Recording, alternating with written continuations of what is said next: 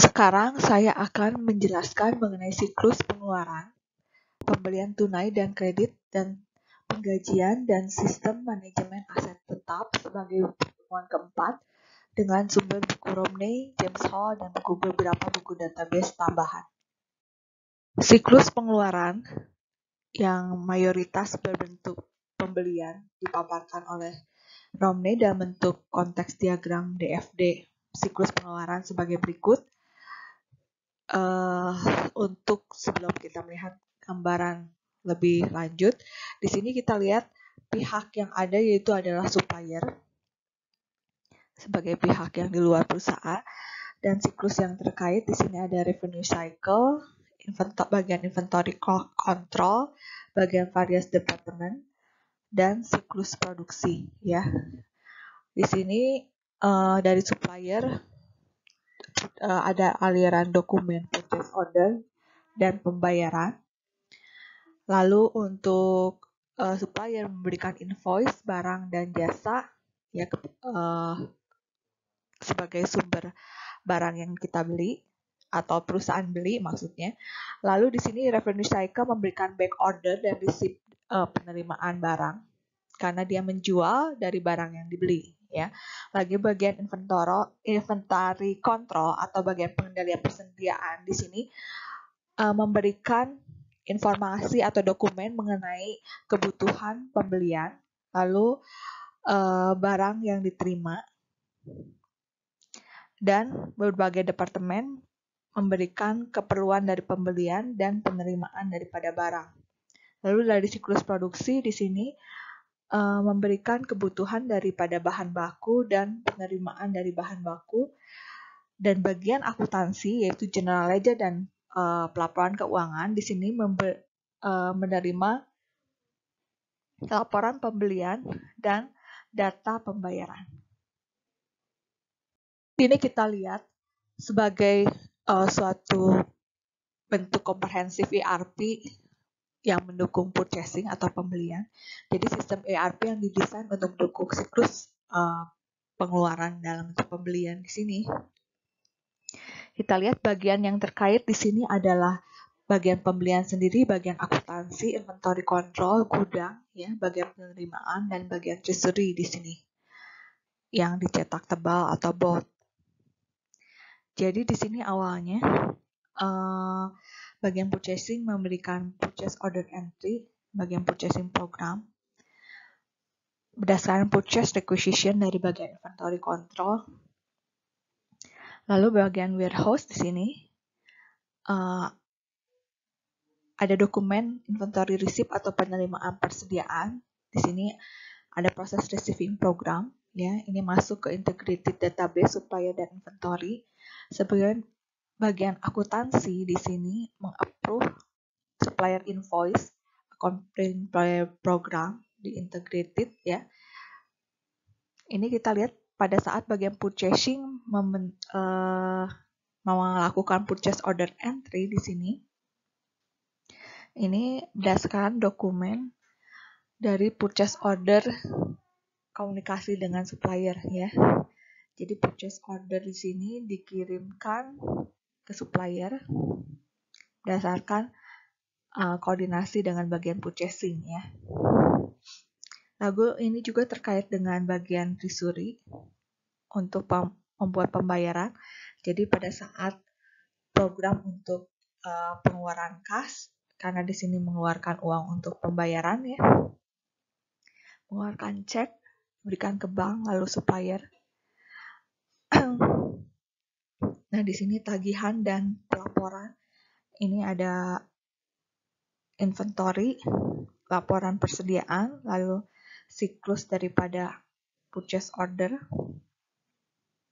Bukan siklus, maksudnya status dari purchase ordernya dan status daripada akun suppliernya, ya. Jadi ini inquiry dan reportnya dibuat. Ini overview ERP system yang didesain seperti itu. Lalu kita lihat pembandingan antara siklus pendapatan dan siklus pengeluaran dari segi aktivitasnya di sini. Kita lihat kalau siklus pendapatan itu dimulai dari sales order entry dengan memproses pesanan dari customer. Sedangkan siklus pengeluaran juga sama di sini sebetulnya, memesan bahan pada supplier dan jasa di sini mengirimkan pesanannya kepada supplier. Kalau ini udah memproses pesanan dari pelanggan, jadi kebalikannya ya. Lalu revenue cycle yang berikutnya aktivitasnya adalah mengirimkan dari proses shipping dan mendeliver juga persediaan dan jasa di sini atau barang dagang dan jasa pada customer. Jadi langsung ke bagian logistik ya. Lalu bagian untuk siklus pengeluaran aktivitasnya di sini menerima barang dagang atau jasa dari supplier. Ini dari inbound logistik. Lalu proses penagihan dengan mengirimkan invoice pada customer dan memproses invoice oleh bagian pengeluaran atau dari siklus aktivitas pengeluaran, dari review dan menyetujui invoice dari supplier. Lalu penagihan kas, yaitu proses pembayaran kepada customer. Sedangkan di sini pengeluaran kas untuk proses pembayaran pada supplier.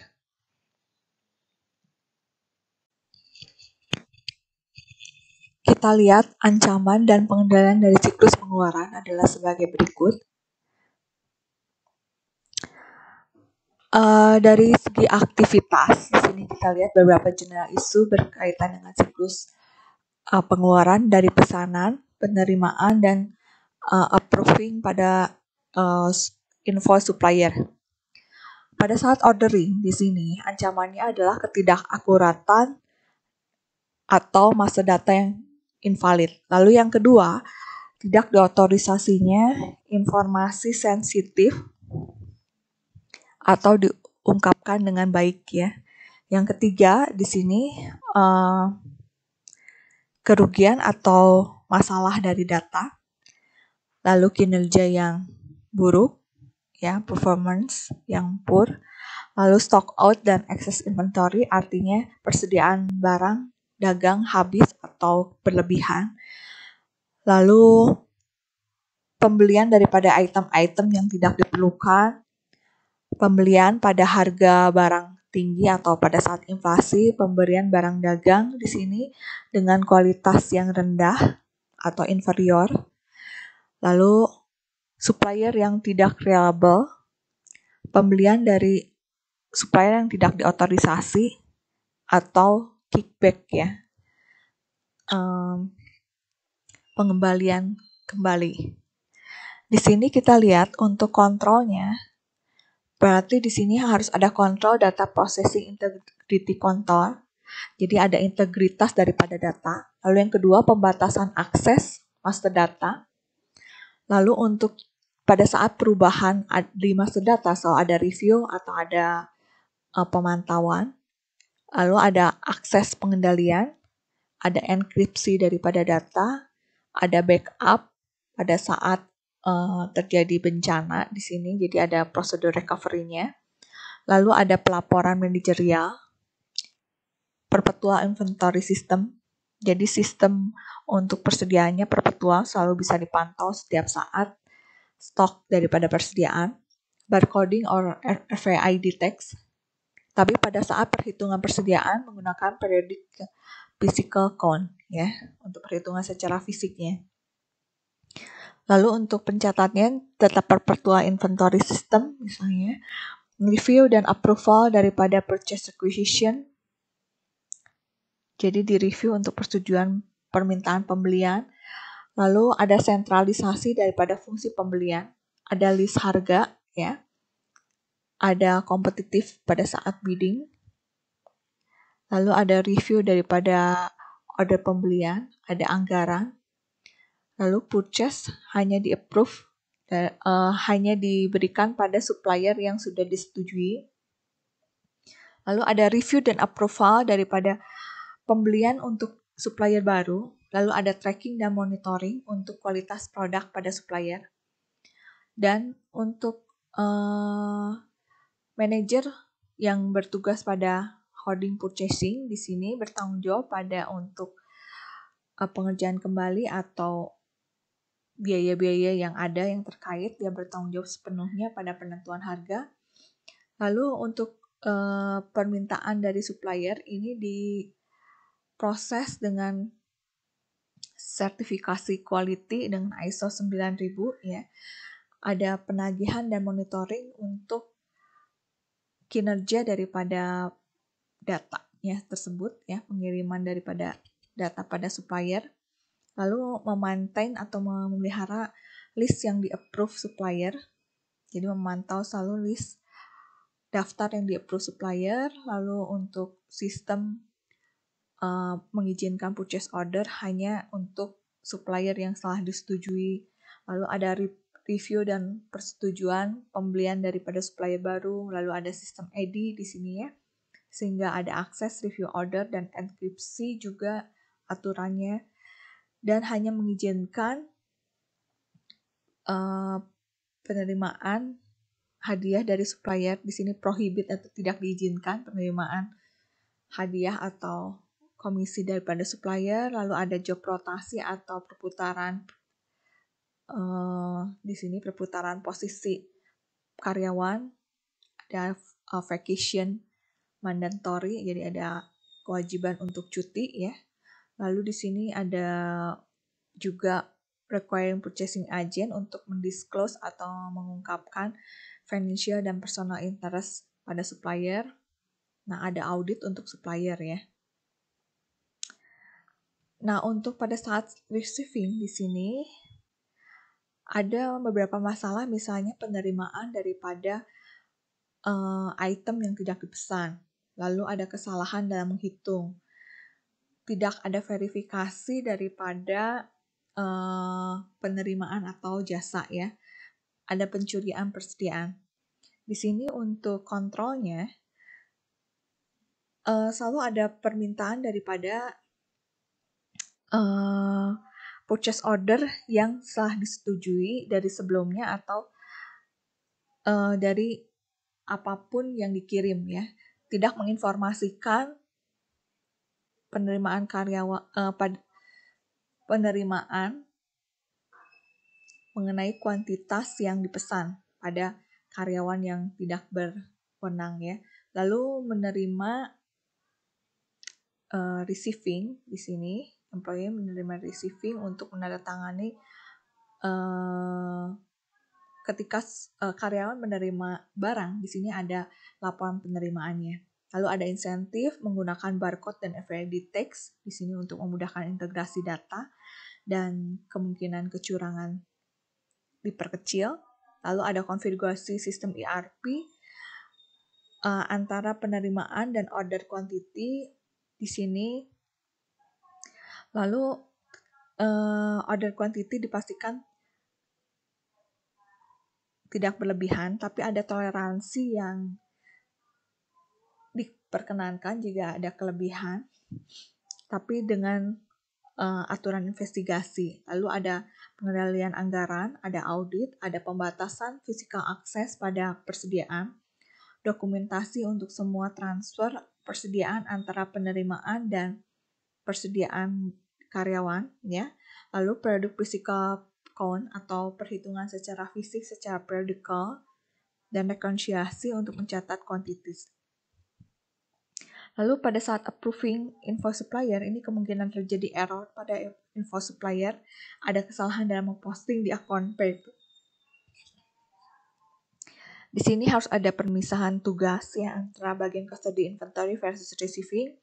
Ada verifikasi invoice accuracy, requiring detail receipt-nya, IRS, pembatasan akses pada supplier master data, verifikasi flag bill dengan menggunakan delivery channel, ada data entry edit control, dan ada rekonsiliasi daripada akun payable detail untuk mencatat pada akun general ledger.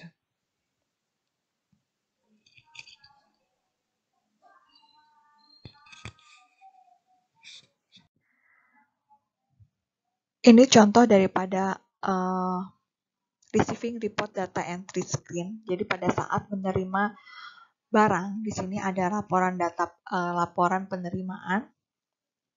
Yang penting di sini untuk pada di input yaitu nama, nomor telepon, dan kuantitas barang yang diterima. Itu 3 critical field yang harus di input.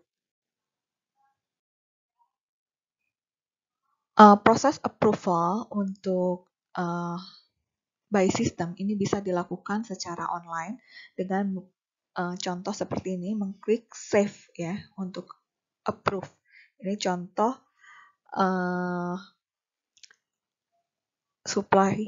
supplier invoice approval screen. Jadi artinya sudah di approve invoice dari suppliernya. DFD Purchasing System oleh James Hall secara lengkap dideskripsikan sebagai berikut. Kita lihat ada prosesnya dan dokumennya di sini.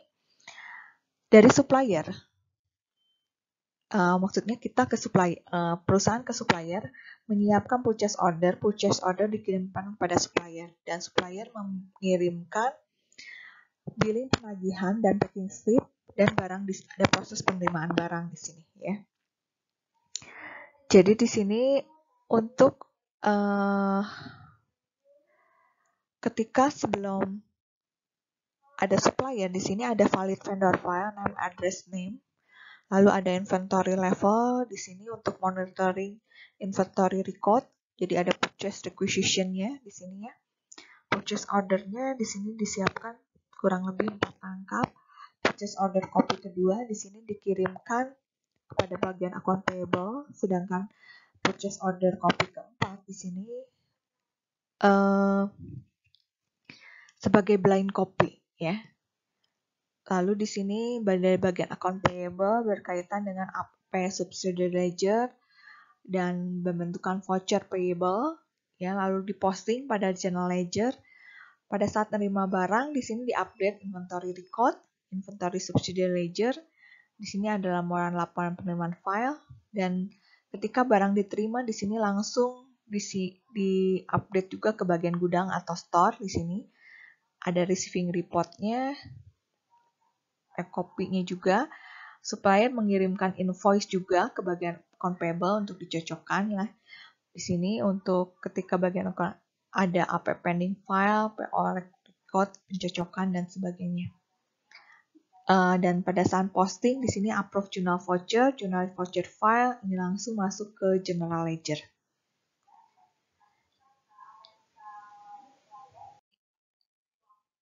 Dokumen penting yang terkait dengan siklus pembelian itu ada 2 purchase requisition dan purchase order.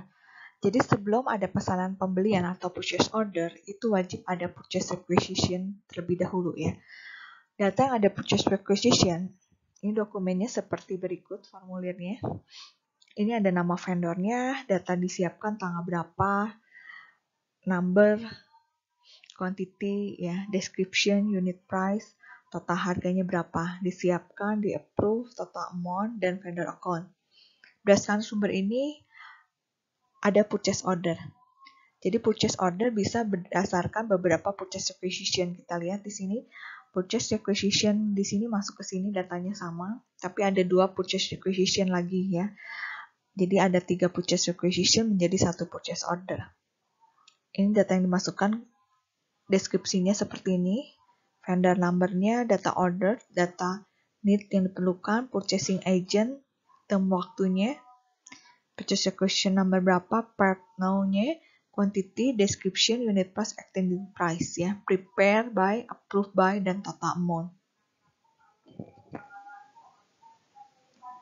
Di atasnya ditujukan pada siapa namanya ya, dan nomornya pre-show number on shipping document. Lalu laporan untuk penerimaan di sini vendornya nama siapa, purchase order nama berapa, part, quantity, description, condition. Nah di sini yang berbeda ada condition ya. Harga tidak diperlukan di sini, prepare by, import by ya. Jadi untuk bagian penerimaan, bagian gudang tidak perlu tahu harga, tapi di sini ada bagian akuntansi mencatat inventory subsidiary agent menggunakan standar cost.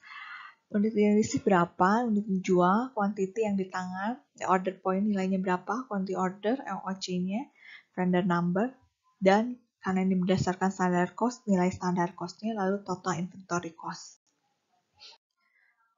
Ini kita lihat contoh purchase journal atau jurnal khusus pembelian. Di sini ada nama-nama vendornya, invoice number, inventory control, AP sendiri akunnya, nama akun AP controlnya,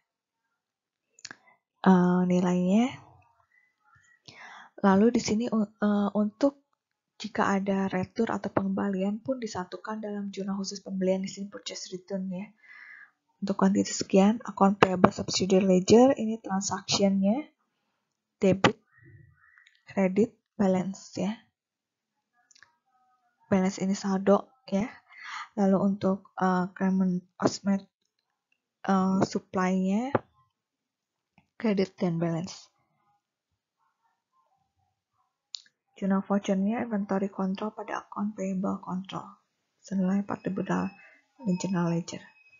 Beberapa struktur record daripada siklus pengeluaran terkait dengan ada file atau dokumen inventory master file, open and close purchase execution file, vendor file, open and close purchase order file, voucher register, dan rec report file.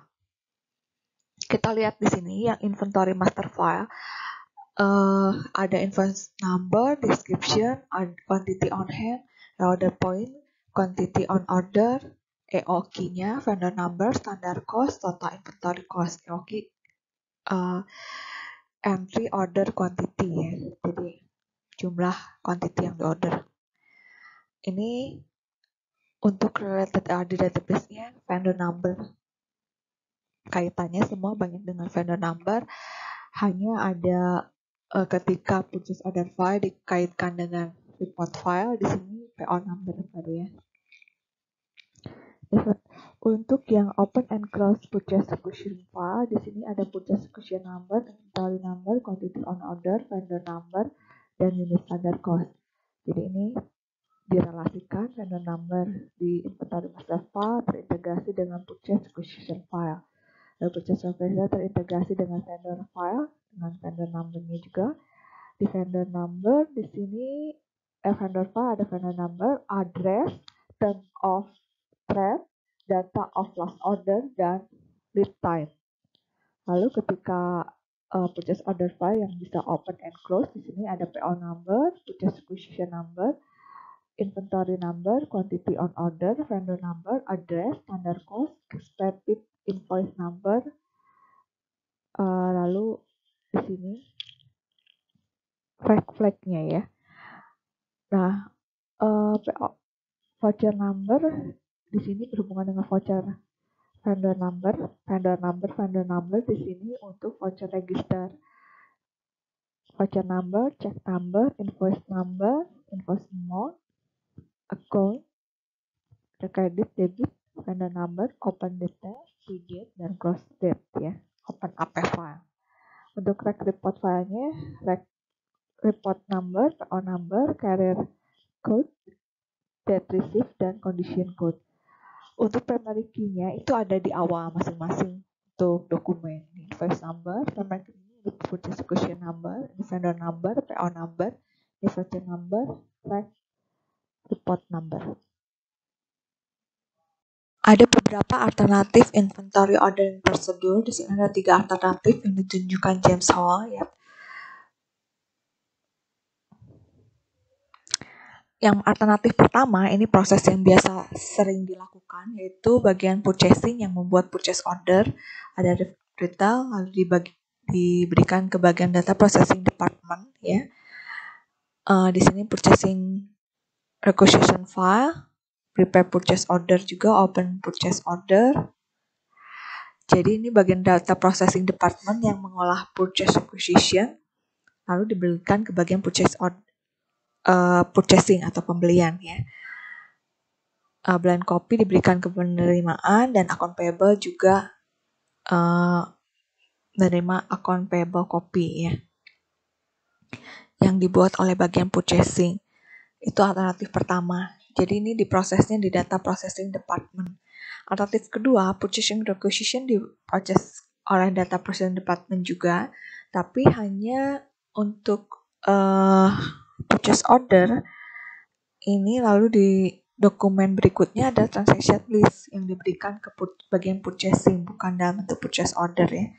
Transaction list diarsip, jadi yang memberikan purchase order ke vendor dari vendor file juga ini data processing department, dan copy receiving account payable ini copy.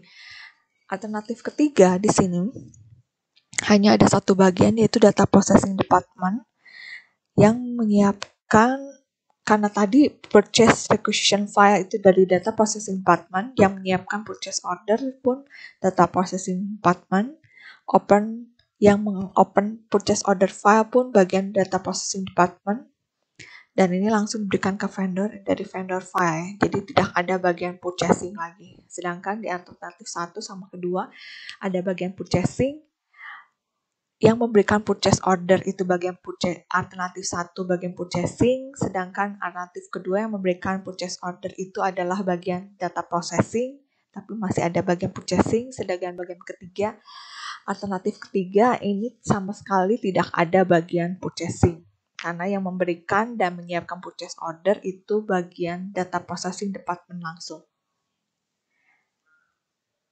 Itu 3 alternatif daripada inventory ordering prosedurnya. Jadi di sini untuk sistem pengeluaran kas ya, berkaitan dengan pembelian di sini, ketika file inventory itu di order kembali dan record ini dimasukkan dalam purchase requisition untuk di input, requisition dikonsolidasi termasuk dari nama vendornya. Jadi di sini bagian data processing, inventory, scan inventory and prepare purchase order, transition listing, purchase requisition file, open PO file, inventory file, upgrade inventory file ya.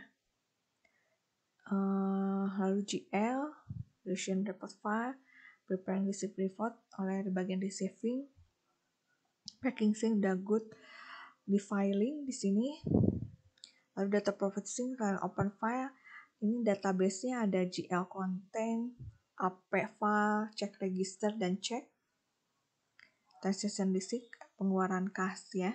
Lalu diberikan ke bagian account payable, transaction list dan filing. Ini asumsinya semua proses dilakukan oleh data processing ya. Itu yang mengenai siklus pembelian itu terkait ada beberapa bagian, berarti untuk yang di luar itu supplier, bagian yang dalam itu pembelian, receiving, account payable atau bagian accounting ya. Sedangkan untuk sistem penggajian ini kita lihat ERP sistemnya. Ini kita lihat ERP sistemnya. Ini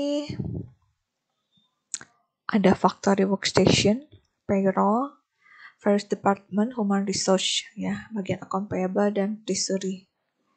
Factory workstation, proses jam time ticket untuk menghitung waktu dan data kehadiran ya, time card dari berbagai departemen. Human resource di sini penentuan daripada untuk merekrut, menentukan harga dan promosi daripada karyawan. Update master data ya. Di sini integrated database jadi disatukan dari proses data dari factory workstation, various department dan human resource. Dan payroll ya. Payroll menyiapkan program, inquiry dan report, payroll deduction register, various government report, payroll expense, artinya biaya untuk karyawan. Lalu untuk biaya pengeluaran ya di sini berupa cek ya. Ketika membuat pembayaran ini lewat bank, cek ini diberikan pada karyawan, pemerintah dan asuransi di sini ya. Pemerintah kenapa? Karena ada pajak. Account payable-nya sih ada approve payroll-nya. Ini untuk siklus ERP atau ERP system dari Romni. Terkait atau invalid daripada master data, lalu disclosure yang tidak terotorisasi, kerugian deskripsi dari data, lalu menyewa daripada karyawan yang tidak berkualitas, lalu ada pelanggaran dari secara hukum oleh karyawan. Kontrolnya di sini dengan mengintegrasikan daripada pemrosesan data, pembatasan akses master data, mereview perubahan dari master data, lalu pengendalian akses, enkripsi, tokenisasi, backup dan disaster recovery prosedur, lalu menyewa prosedur including verifikasi dan aplikasi data, lalu criminal background investigasi check, lalu dokumentasi hiring, performance evaluasi dan dismissal prosedur, melanjutkan pendidikan atau mengganti hukum daripada karyawan. Lalu masalah dari update payroll master data, di sini ada perubahan yang tidak diotorisasi daripada master data penggajian, ada ketidakakuratan daripada update payroll master data. Lalu kontrolnya di sini pemisahan tugas daripada bagian departemen HRM. Lalu ada akses pengendalian, lalu ada integrasi data, ada regular view daripada perubahan master payroll data, ya. Untuk validasi waktu dan kehadiran, itu ada ketidakakuratan daripada waktu dan kehadiran data. Di sini kontrolnya adalah otomatisasi daripada sumber data, biometrik bisa, pemisahan tugas, lalu review supervisory atau supervisi yang direview, ya. Menyiapkan penggajian, di sini ada error pada proses penggajian. Kontrolnya di sini ada kontrol daripada integritas pemrosesan data, batch SOTA, cross-routing, ya, payroll register dan sebagainya. Lalu supervisory review payroll register dan laporan lainnya, dan menerbitkan laporan laba untuk karyawan, review IRS guideline untuk memastikan klasifikasi karyawan dan karyawan lainnya independen secara kontraktor. Lalu untuk pengeluaran penggajian, kemungkinan ancamannya di sini terjadi pencurian atau kecurangan daripada distribusi pembagian cek, ya. Ini pembatasan physical access untuk cek payroll yang kosong dan cek signatur mesin. Lalu pembatasan akses untuk EFD system, pre-numbering, periodical akuntansi untuk payroll check, dan EFD deposit transaction.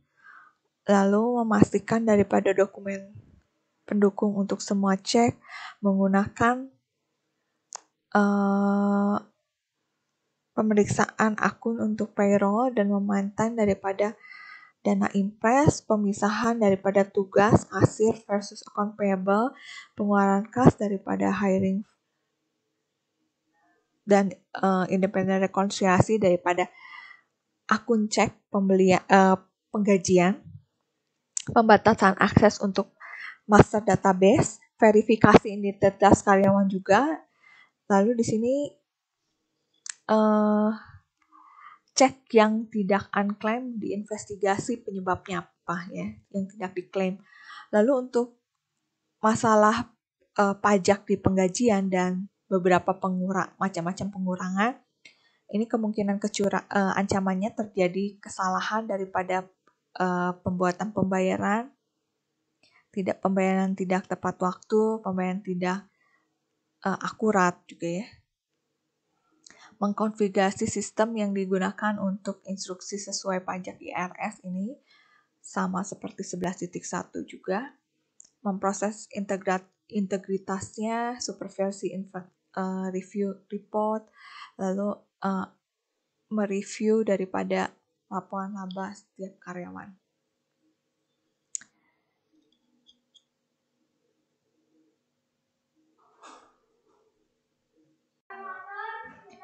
Definisi sistem penggajian dari buku Hall sebagai berikut.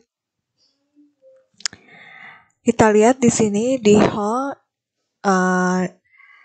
menyiapkan penggajian, prepare payroll, dan menyiapkan account payable, mendistribusikan paycheck, menyiapkan pengeluaran cash, dan update general ledger. Itu proses yang ada. Update daily account ini dari production department sebelum prepare payroll dari personal department ya. Dokumen terkaitnya ini ada work in process database, lalu dokumen perhitungan kerja, job number. Untuk menjadi employee payment record di sini ada hours rent rate withholding ketika menyiapkan payroll. Di sini ada pembayaran cek pada employee yaitu proses pendistribusian paycheck. Employee paycheck diberikan pada employee. Employee paycheck ini employee mengklaim ke bank ya. Untuk prepare account payable di sini sistemnya dengan voucher piket dulu, voucher piket, cek kopi, menyiapkan pengeluaran kas, ini payroll check ya. Jadi ini pencocokan antara pendistribusian cek dengan orang yang menyiapkan cek, voucher register. Untuk update general ledger di sini ada general ledger dan journal voucher file. Ini di approve dan diposting secara detail ya. Ini sumbernya dari Disbun Voucher dari bagian prepare account payable. Bagian prepare account payable juga menyiapkan due date check number untuk voucher register. Ya, sedangkan bagian prepare cash disbursement di sini check register. Oke, itu data flow diagram untuk payroll secara prosedur yang menggunakan voucher dan cek.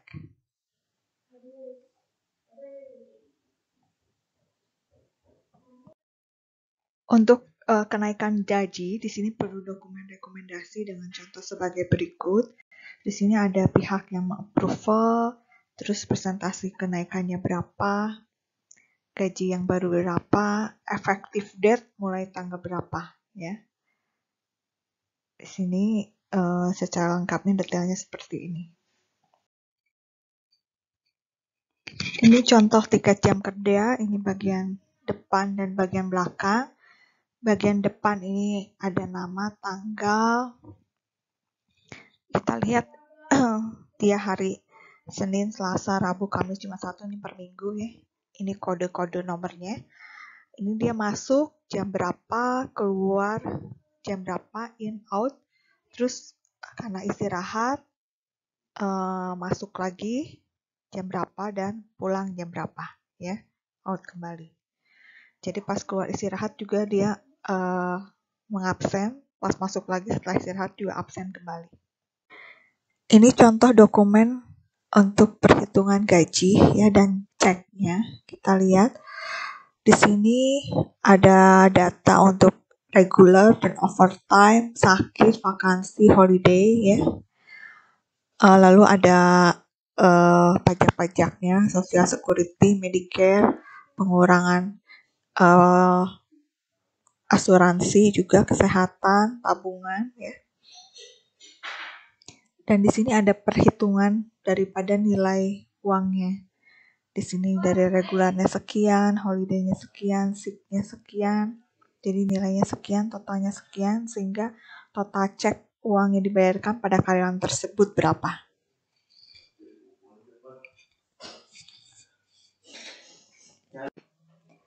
Sistem payroll di sini untuk sistem payroll manual, prosedur flowchart-nya kita lihat bisa melihat prosedur yang ada seperti ini. Dari bagian produksi ada waktu kerja, ke bagian payroll, time card, job ticket juga dari bagian produksi, job ticket ke akuntansi biaya, posting WIP, WIP ledger, labor summary, ya, arsip. Di sini pada saat time card, di sini ada proses untuk employee record, lalu untuk demo action, time ticket, pay register, ya 2 rangkap. Yang di sebelum ini dari personal actionnya, artinya karyawan itu kerja terus mengabsen ya. Employee paycheck, paymaster, lalu ke bagian account payable, payroll register. Di sini menyiapkan voucher payroll. Voucher payroll ini dilengkapi dengan payroll register, lalu diberikan ke bagian pengeluaran kas, voucher. Jadi payment register, lalu memproses cek register oleh bagian pengeluar kas, ya. Voucher payroll check ditandatangani dan dikirim ke bank, ya. Lalu dikirim ke bagian account payable kembali di arsip. Lalu diposting general ledger, pada summary voucher arsip. Itu yang sistem payroll secara manual. Sistem payroll dengan batching, ya, artinya dengan sistem database. Di sini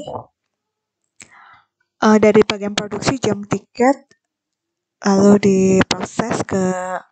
diberikan ke bagian data processing, terminal, jam cost hours, update WIP file, labor disk summary, voucher file, update general ledger, ya. Lalu dari time card bagian produksi di sini juga personal action, time card, terminal, personal action. Ini database, labor hours. Jadi begitu dia mengabsen, ini langsung ada database-nya, sort by number employee, personal action, labor hours, personal action, labor hours, update employee file, employee payroll file, payroll register, paycheck, ya.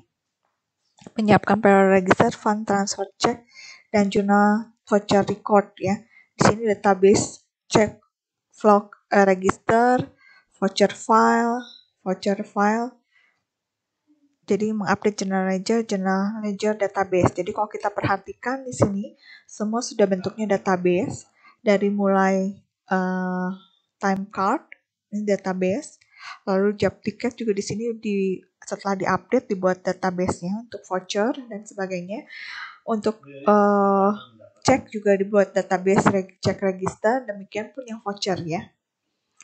Nah, untuk pada saat pengeluaran kas di sini paycheck, paymaster di sini. Lalu payroll register, fund transfer check, compare check dengan payroll register, payment reserve di arsip, fund transfer check, lalu ditandatangani dan dikirim ke bank. Itu sistem payroll dengan batch system. Sedangkan sistem payroll dengan real time di sini, ya, jadi artinya database tapi saat itu juga real time. Ada batch process, tapi batch processnya real time di sini.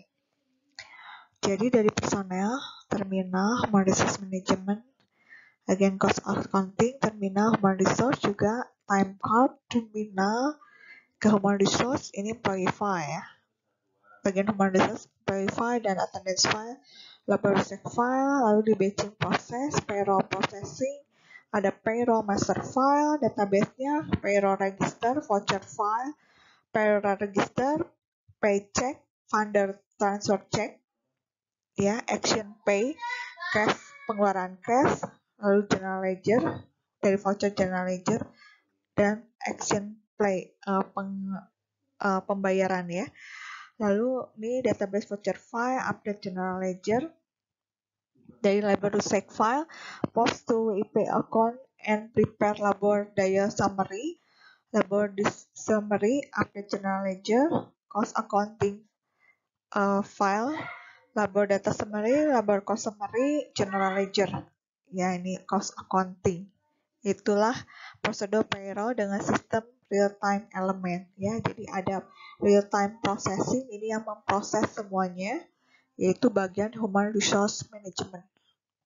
Sedangkan untuk physical asset system atau computer based asset system, di sini sistem untuk manajemen aset dengan computer base, kita lihat ini ada schedule depresiasinya, dicatat untuk listing daripada tiap aset, ya. Cost-nya berapa, residualnya berapa, akumulatif depreciation-nya berapa. Lalu di sini ada bagian asset acquisition procedure, ada asset maintenance, ada asset disposal procedure di sini. Ini database-nya, fixed asset, journal voucher file, journal ledger, dan acquisition. Nah, ini semua ke bagian fixed asset department, ya, bagian departemen fixed asset.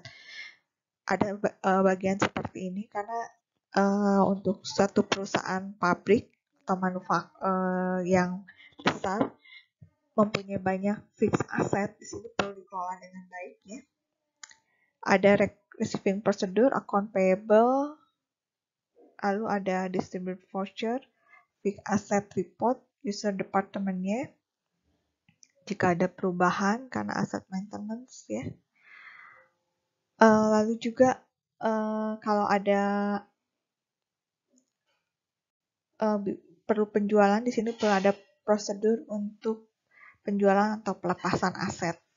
Contoh untuk fixed asset reconstruction ya, di sini ada item number, location, deskripsi, tipe aset, umur aset, cost-nya, residual value, metode depresiasi, lalu periode waktu, month ya, masa umur daripada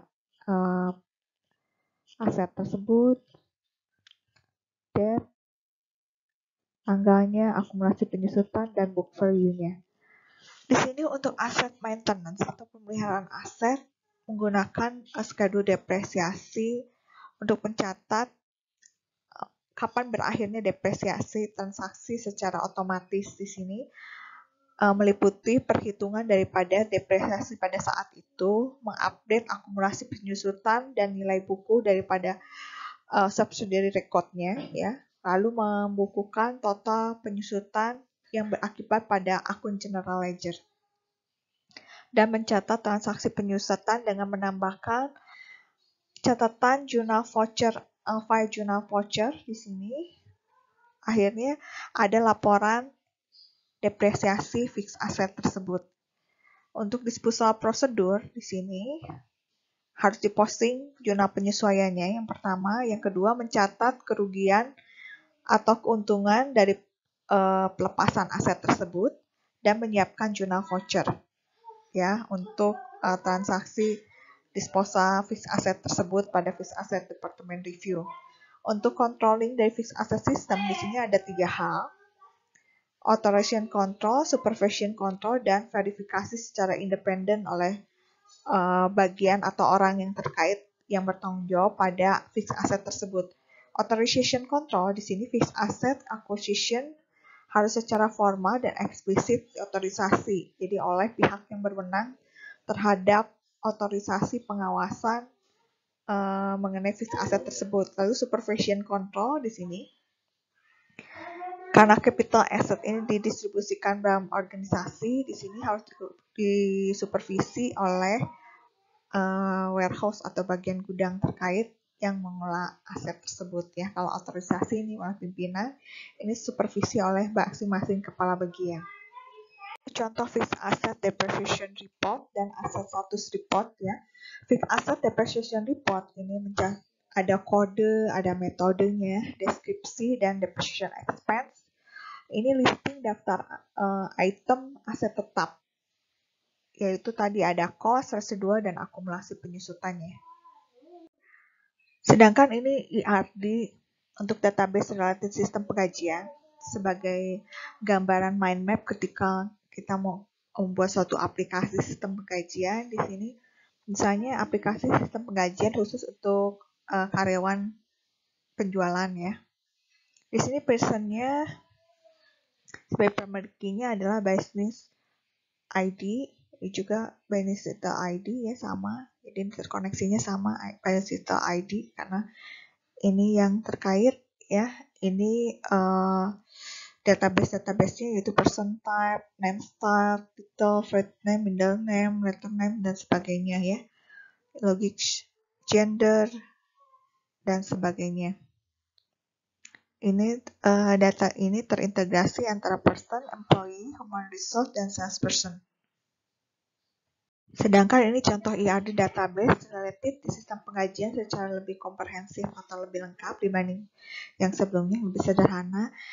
Ini bagian salesperson yang dikaitkan dengan employee human resource. Jadi bagian karyawan-karyawan yang buruhnya ya, dan bagian production ID. Jadi di sini kita lihat ada sales territory-nya, story, sales territory sales order detail, kaitan dengan sales order, special order production, sales order sales, Jadi kita lihat link antara penjualan dengan salesperson, dengan employee, dengan bagian produksi ya. Ini database yang ada. Kalian bisa lihat rincian detailnya seperti ini. Ini sebagai mind map-nya, ini critical ininya. Kita lihat primary key-nya selalu satu item di paling awal, tapi ini karena programnya lebih komprehensif daripada Microsoft Access, jadi primary key-nya bisa lebih dari satu ya. Bisa. Di sini kita lihat ada 3 primary key. Kita lihat di sini konsep atau mind map pembentukan database secara gambaran berpikirnya. Di sini ada 4 hal: problem, solution, real world, dan abstract word. Ya, ada 4 kotak di sini. Kita lihat pada saat ada masalah dan di dunia nyata, di sini kita membuat use case-nya, problem statement diekspresikan dalam use case, yaitu usernya siapa dan prosedur yang harus dilakukan apa saja. Ketika dalam abstract word ya di sini, kita mencoba dari use case ini dibuat database-nya ya, data model and more complex precise use case. Di sini bentuknya seperti ini ya. Ini juga masih sifatnya abstract word, ini database design, tabel, dan relationship-nya. Tapi ini sudah implementasi ketika kita sudah membuat suatu masukkan database ini dalam suatu aplikasi, misalnya Microsoft Access, PHP, atau SQL. Ya. Lalu solusinya di sini kita final aplikasi di sini dengan form dan report. Ya, ketika kita masukkan yang paling sederhana Microsoft Access, ini kita sudah bisa membuat form dan report nih. Di sini kita lihat teknik untuk merepresentasikan aspek daripada model data. Kita harus memperhatikan fitur modelnya apa saja. Teknik yang digunakan relational database di sini. Untuk kelas, fitur kelas di sini kita tabelnya harus dengan primary key. Tapi kalau dengan atribut menggunakan Fred dengan tipe data untuk tabel, ya. Lalu kalau fitur model objek menggunakan raw data pada tabel atau baris data tabel. Kalau one to many relationship ini menggunakan satu foreign key yang mereferensikan ke particular row atau baris secara khusus dalam tabel terkait dengan hubungan many to many relationship. Ini menambahkan satu tabel baru atau 2 untuk satu many relationship ya. Optionally satu relationship ini make the value of foreign key yang diinginkan. Lalu parent and child class di sini menambahkan satu tabel tiap kelas untuk satu relationship, satu hubungan, satu hubungan atau relationship antara anak kelas dan induknya. Ya. Bukan representasi yang sesungguhnya, tapi tidak apa-apa ya. Ini contoh relationship one to many. Kita lihat member ID-nya 199. Ini cocok dengan number di kapten 199. Jadi member ID berkoneksi dengan kapten ya. One to many, kodenya seperti ini. The team table has a foreign key referring to member tabel. Jadi untuk hubungan many to many di sini outputnya itu ada satu tabel baru sebagai kesimpulan hubungan antara dua foreign key antara tabel 1 dan tabel 2. Misalnya antara species dan species. Ya.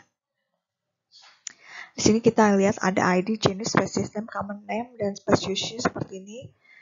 Yang sama ini kode plan-nya ya. Ada 1, 2, dan 3. Jadi sini ada hedging, shelter, soil, dan sebagainya. Fiber, shelter, soil. Jadi kesimpulannya usage-nya itu bisa seperti ini, ada BFood, BirdFood, Coppicing, Firewood, Hedging, Shelter, Solubility. Ya mungkin di bawahnya ada BFood, BirdFood ini di bagian bawah seperti ini. Ini tabelnya hanya part of-nya, enggak semua ya. Sedangkan yang one-to-one relationship ini sudah mendeskripsikan dengan jelas. Di sini dibilang bahwa member di sini is captain of the team. Ini langsung team name-nya. Jadi di sini untuk member ada last name, first name, and phone. Ada tambahan satu kolom captain of senior B dan senior A ya. Kita lihat ini memang kaptennya hanya ada senior B dan junior A, maksudnya junior A dan senior B ya. Program untuk membuat aplikasi sistem database di sini ada 3, diantaranya Microsoft Access, PHP, SQL. Mungkin ada yang lainnya, tapi yang prinsip paling sering digunakan 3 program ini. Oke, sekian materi untuk kali ini. Jadi dapat disimpulkan bahwa database dan relasi antar database ini sangat penting ketika kita untuk membuat suatu aplikasi, suatu sistem ya. Untuk formulir dan report itu akan dapat dibuat setelah relation database ini terbentuk ya, berdasarkan dari query-query yang terbentuk dari relation database juga. Jadi mind map dan cara pembentukan relation database ini harus betul-betul kita pahami dan dikuasai.